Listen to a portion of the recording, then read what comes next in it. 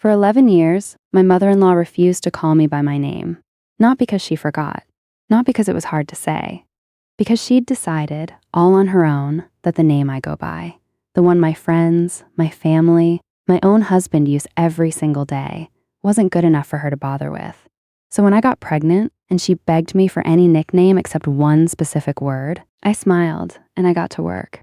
Because in 18 months, my daughter was going to be saying that word on repeat. And there was nothing my mother-in-law could do to stop it.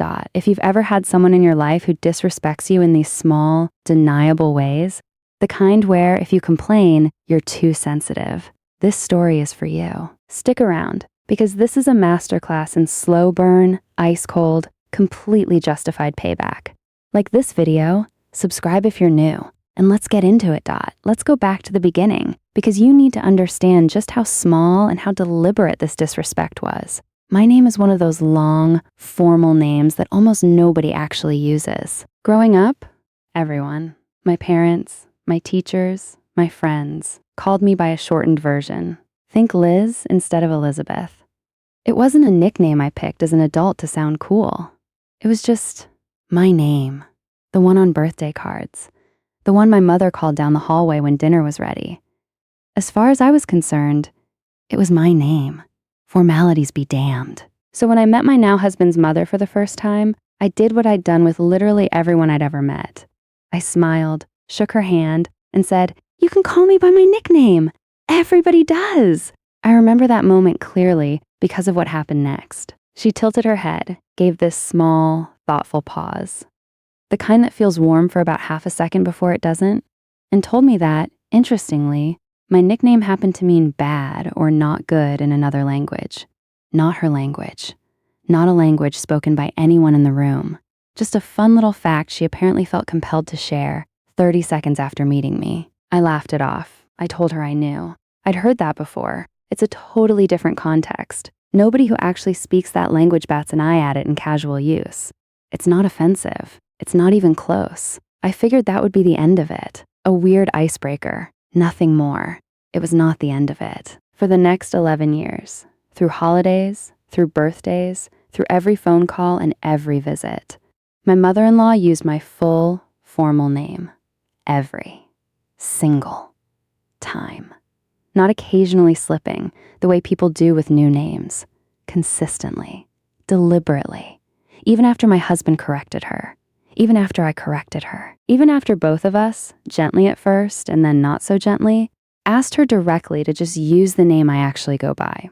Here's the detail that stings the most, and I want you to sit with it for a second. 5 years ago, my husband's younger brother started dating someone, and eventually that relationship brought a new sibling-in-law into the family who also goes by a shortened version of their name. And my mother-in-law uses it. Every time. Without fail. No hesitation, no fun fact, no 11 years of quiet correction needed. Just for me. You start to notice a pattern like that in your body before your brain even catches up to it. That little flinch when she says your full name in that syrupy sweet voice at Thanksgiving. The tightness in your jaw when you introduce yourself to someone new and she, helpfully, corrects them to your real, full name right after. It's not loud. It's not a screaming match. It's a paper cut, over and over, in the exact same place, for over a decade. And the worst part of a paper cut is that when you point it out, people look at you like you're overreacting to a scratch. I told myself it didn't matter. I told myself I was the bigger person. I told myself a lot of things for 11 years. Then I got pregnant. Suddenly, grandparent names became this whole production. You know the trend. Everyone wants something specific, something that feels them. So we asked her, genuinely, respectfully, "What would you like our daughter to call you?" And she lit up. She said, and I quote, "Anything but Mima! Yuck! I want you to understand something about me before I go further. I am, generally, a patient person. I pick my battles. But something about hearing this woman, who could not extend me the basic courtesy of a nickname for over a decade, casually announce her own pet peeve, like it was obviously going to be respected, like her preferences obviously mattered.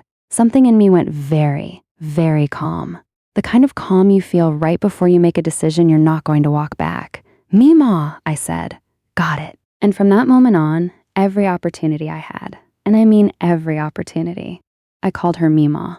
Handing her the baby at a family dinner, "Go see Meemaw!" Video calls, "Say hi to Meemaw!" Text to the family group chat, "Meemaw's coming to visit this weekend. Everyone get ready." I said it with a smile. I said it warmly. I said it so consistently and so cheerfully that nobody could ever accuse me of doing it out of spite. Even though, let's be honest, it was 100% out of spite.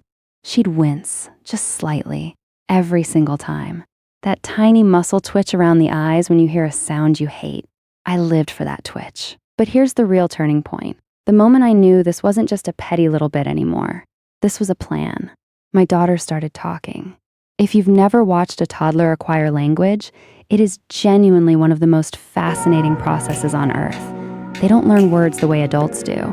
They absorb repetition. Whatever sound gets said around them the most, whatever word gets the biggest emotional reaction, whatever name gets repeated with the warmest smile, that's what sticks. Toddlers are basically tiny, adorable pattern recognition machines with zero social filter. And I had spent 19 months building a very, very clear pattern. By the time my daughter turned 1.5, she started babbling something that sounded suspiciously like me-noi every time she saw her grandmother. Not quite there yet, but close. So close I could taste it.